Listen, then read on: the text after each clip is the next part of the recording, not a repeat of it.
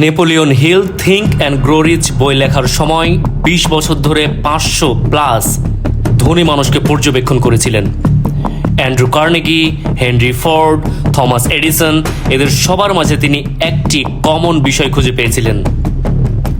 তারা কিছু কথা কখনোই নিজেকে নিয়ে বলতো না, অথচ সাধারণ মানুষজন প্রতিনিয়ত এই নেগেটিভ কথাগুলো নিজেদের নিয়ে বলে এবং নিজেদের ভাগ্য নিজেরাই লিখে ফেলে। আজ আপনাদের সাথে আলোচনা করব এমন 5টি মাইন্ডসেট যা মূলত ধনী ও দরিদ্রের মধ্যে দেয়াল তৈরি করে দেয়। নাম্বার 1, আমার সময় নেই। গরিবরা বলে আমার সময় নেই নতুন কিছু শেখার, সারাদিন কাজে ব্যস্ত থাকি আমি। কিন্তু গভীর সত্য হচ্ছে সময় সবার জন্যই সমান, 24 ঘন্টা। যেখানে গরিবরা সময় ব্যয় করে, ধনীরা সময়কে বিনিয়োগ করে। একজন দিনমজুর সারা দিন হাড় ভাঙা পরিশ্রম পর 500 টাকা আয় করে, কিন্তু একজন টেকনিক্যাল পার্সোনাল 6 মাস কাজ শিখে দিনে উপার্জন করে 5,000 টাকা। তাই পার্থক্যটা সময়ে নয়, বরং সময়ের ব্যবহারে। কার্ল নিউপোর্টের ডিপ ওয়ার্ক থিওরি বলছে মানুষ দিনে গড়ে 47% সময় নষ্ট করে সোশ্যাল মিডিয়া, অপ্রয়োজনীয় আড্ডা, মানহীন কন্টেন্ট দেখে। হ্যাঁ, ঠিকই শুনেছেন, মানহীন কন্টেন্ট। আচ্ছা, একবার ভাবুন তো, এই হা হা হি হি মার্কা কন্টেন্ট আপনার জীবনে কি আউটপুট নিয়ে আসবে? প্রতিনিয়ত আপনি সস্তা চিন্তার মানুষে রূপান্তরিত হচ্ছেন এইসব দেখে। এই সময়টা যদি স্কিল ডেভেলপমেন্ট করতেন, তাহলে 1 বছরে অন্য একটি মানুষ তৈরি হয়ে যেতেন। দ্বিতীয় মাইন্ডসেট হচ্ছে এটা আমার জন্য না, আমি এটা পারবো না। গরিবরা বলে বিজনেস আমার জন্য না, চাকরি আমার জন্য নিরাপদ, ইংরেজি শেখা আমার দ্বারা হবে না, টেকনোলজি ওসব আমি বুঝি না, ওসব আমাকে দিয়ে হবে না। কিন্তু ধনীরা জানে জেফ বেজোস প্রথমে ছিলেন একজন হেজ ফান্ডের কর্মচারী। অনলাইন ব্যবসা সম্বন্ধে তার কোনো ধারণা ছিল না, পরবর্তীতে শিখে নিয়েছেন। স্টিভ জবস প্রোগ্রামিং জানতেন না যতটা স্টিভ ওয়াজনিয়াক জানতেন, কিন্তু ডিজাইন আর ভিশন নিয়ে অ্যাপলকে তৈরি করেছেন। ক্যারল ডুয়েকের মাইন্ডসেট থিওরি বলছে পৃথিবীতে 2 ধরনের মানুষ আছে, একটা হচ্ছে ফিক্সড মাইন্ডসেট, অন্যটি হচ্ছে গ্রোথ মাইন্ডসেট। ফিক্সড মাইন্ডসেটের মানুষ ভাবে আমি যা আছি তাই, পরিবর্তন করতে পারবো না আমি নিজেকে। এই কুয়ার প্রকৃতির মানুষজন নিজের জন্য যেমন বোঝা, তেমনি দেশের জন্য। অন্যদিকে গ্রোথ মাইন্ডসেটের মানুষজন বলে আমি শিখতে পারি, প্রয়োজনে আমি নিজেকে বদলে গিয়ে মানিয়ে নেব সিস্টেমের সাথে। স্ট্যানফোর্ড ইউনিভার্সিটির 30 বছরের গবেষণায় দেখা গেছে যাদের গ্রোথ মাইন্ডসেট আছে তারা 80% বেশি সফল হয় জীবনে। প্রাচীন জাপানি দর্শন কাইজেন, প্রতিদিন 1% করে উন্নতি হলে 37% পর্যন্ত উন্নতি সম্ভব আমাদের জীবনে, কাইজেন তাই বলে। 3 নম্বর মাইন্ডসেট হচ্ছে টাকাই সব নয়। গরিবরা বলে টাকায় সুখ কেনা যায় না, টাকা থাকলে কি সব পাওয়া যায়? আমরা গরিব হতে পারি কিন্তু সৎ। ঠিক যেন সেই মামা ভাগ্নের ক্রিকেট খেলার মতো। মামা ভাগ্নে ক্রিকেট খেলছে, ভাগ্নে পরপর 4টি হোয়াইট বল দেয়।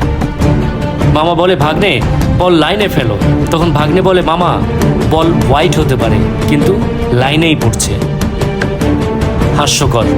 ধনীরা গরিবদের এসব কথা শুনে হাসে আর বলে হ্যাঁ, টাকা সব নয়, কিন্তু টাকা হলো একটা বিকল্প। চার্লি মুঙ্গার, যিনি ওয়ারেন বাফেটের পার্টনার ছিলেন, বলেছেন যে বলে টাকায় সুখ কেনা যায় না, সে জানে না কোথায় এবং কিভাবে সুখ কিনতে হয়। আচ্ছা, নিজেকে প্রশ্ন করুন তো, মা বাবা অসুস্থ হলে চিকিৎসা টাকায় কেনা যায় না? সন্তানের ভালো ভবিষ্যৎ, ভালো শিক্ষা টাকায় কেনা যায় না? চাকরির দাসত্ব থেকে মুক্তি টাকায় হয় না? এত বড় পৃথিবীর এক কোণে পড়ে থেকে হয়তো টাকার এতটা গুরুত্ব আপনি বুঝবেন না, কিন্তু পৃথিবীটা ঘুরতে হলে এই বৃহৎ পৃথিবীতে অবশ্যই আপনাকে টাকা লাগবেই। মনোবিজ্ঞানী ড্যানিয়েল কাহনেম্যানের গবেষণা বলছে টাকা বাড়লে সুখ বাড়ে, কারণ মানুষের মৌলিক চাহিদা খাদ্য, বস্ত্র, বাসস্থান, শিক্ষা, চিকিৎসা কিংবা বিনোদনের জন্যে টাকা দরকার।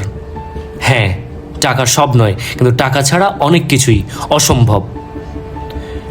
গরিব মানুষজন ভাবে দরিদ্রতা মনে হয় একটা মহিমান্বিত বিষয়, কিন্তু না, দরিদ্রতা কোনো গুণ নয়, এটা একটা সমস্যা যার সমাধান করা দরকার।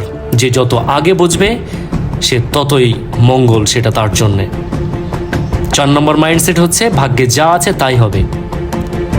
আচ্ছা বলুন তো, প্রতি বছর ঈদ করতে গিয়ে রাস্তায় যে 200 থেকে 300 মানুষ মারা যায়, তারা কি এই ভাগ্য তাদের যে করুণ মৃত্যু লেখা আছে প্রতি বছর? নাকি এর পেছনে রয়েছে দরিদ্রতা? কোনোদিন আপনি শুনেছেন ঈদ করতে গিয়ে কোনো মন্ত্রী, এমপি, সচিব বা কোনো ধনকুবের মারা গেছেন সড়ক দুর্ঘটনায়? আপনি মানুন আর নাই মানুন, দরিদ্রতা আপনার স্বাভাবিক জীবন তো দূরের কথা, স্বাভাবিক মৃত্যুর অধিকারটুকু কেড়ে নেয়। মার্কাস অরেলিয়াস বলেছিলেন, you have power over your mind, not outside events. Realize this and you will find your strength. অর্থাৎ আপনি বাইরের ঘটনা নিয়ন্ত্রণ করতে পারবেন না, কিন্তু নিজের প্রতিক্রিয়া নিয়ন্ত্রণ করতে পারবেন। বিজ্ঞানী জুলিয়ান রটার দেখিয়েছেন, এক্সটার্নাল লোকাস অফ কন্ট্রোল, যারা মনে করে সবকিছু বাইরের শক্তি দ্বারা নিয়ন্ত্রিত হয়, তারা কম সফল জীবনে, তারা হতাশাগ্রস্ত বেশি। ইন্টারনাল লোকাস অফ কন্ট্রোল বলছে, যারা বিশ্বাস করে নিজের কর্মেই ফল নির্ভর করে, তারা বেশি সফল, মানসিকভাবে বেশি শক্তিশালী। 5 নম্বর মাইন্ডসেট হচ্ছে পরিবারের সমস্যা, সমাজের সমস্যা, রাষ্ট্রের সমস্যা, সরকারের সমস্যা। গরিবরা বলে এই দেশে কিচ্ছু হবে না, সরকার যদি সুযোগ দিত তাহলে আমি ঠিক সফল হতাম, ধনীদের ছেলেমেয়েরা সব পায়, আমি কিছুই পাই না, এই জন্যই আমি এই অবস্থায় আছি, দুর্নীতি, স্বজনপ্রীতি না থাকলে আমি অবশ্যই সফল হতাম। কিন্তু ধনীরা জানে, হ্যাঁ সিস্টেম অন্যায্য, হ্যাঁ দুর্নীতি আছে, কিন্তু এই অজুহাতে বসে থাকলে কিছুই হবে না। প্রাক্তন ইউএস প্রেসিডেন্ট থিওডোর রুজভেল্ট বলেছিলেন, do what you can with what you have where you are. যা পারো তাই করো, যা আছে তাই দিয়ে, যেখানে আছো সেখান থেকেই। মার্ক জাকারবার্গ ধনী পরিবারের ছিলেন না, হার্ভার্ড ছেড়ে দিয়ে ফেসবুক তৈরি করেছেন। আম্বানি পেট্রোল পাম্পে কাজ করতেন। প্রতিটি দেশে, প্রতিটি সিস্টেমে কিছু মানুষ সফল হয়। এখন প্রশ্ন হচ্ছে, আপনি কি অজুহাত খুঁজবেন নাকি সফলতার পথ খুঁজবেন? জর্ডান পিটারসনের 12 নম্বর নিয়ম দিয়ে শেষ করব। নিজের ঘর গোছানোর পর বিশ্ব পরিবর্তনের কথা ভাবুন।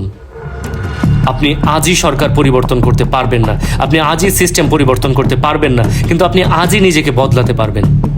নিজের স্কিল বাড়ান, নিজের মূল্য বাড়ান, তারপর দেখবেন সিস্টেম আপনার হয়ে কাজ করছে।